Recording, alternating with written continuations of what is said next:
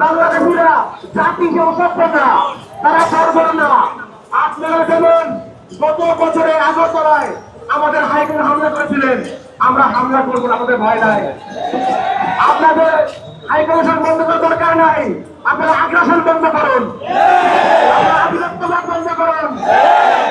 আমরা আপনাদের বর্বর নই, আমরা কোনো হামলা করবো না, অবস্থায় পা দিব না, আমরা মন করবো না। আমরা আপনাদেরকে স্পষ্ট করে বলে দিতে চাই, আপনাদেরকে বলতে চাই,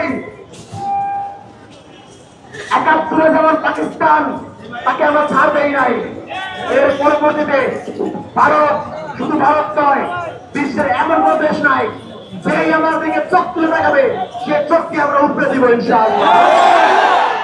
ভাইরা, আমাদের দুর্ভাগ্য যে আমাদের পাশের দেশে এমন এক জাতি বসবাস করে যারা অসভ্যতার জন্য পুরো বিশ্বে স্বীকৃত। তারা এখনো রাস্তার পাশে মৌলিক করে, তারা এখনো আপনারা দেখেছেন কয়েকদিন আগে অস্ট্রেলিয়ায় গিয়ে তারা প্রকাশ্যে রাস্তার পাশে মৌলিক করতে গণপুরে দেখিয়েছে। এমন অসভ্যতা, এমন বর্বরতা আমরা করবো না।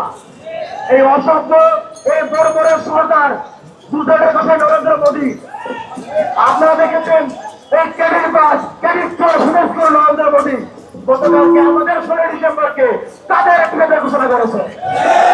আমরা প্রশ্ন করতে চাই, মোদী তুমি সাবধান হয়ে যাও, সাবধান হয়ে যাও নরেন্দ্র মোদী।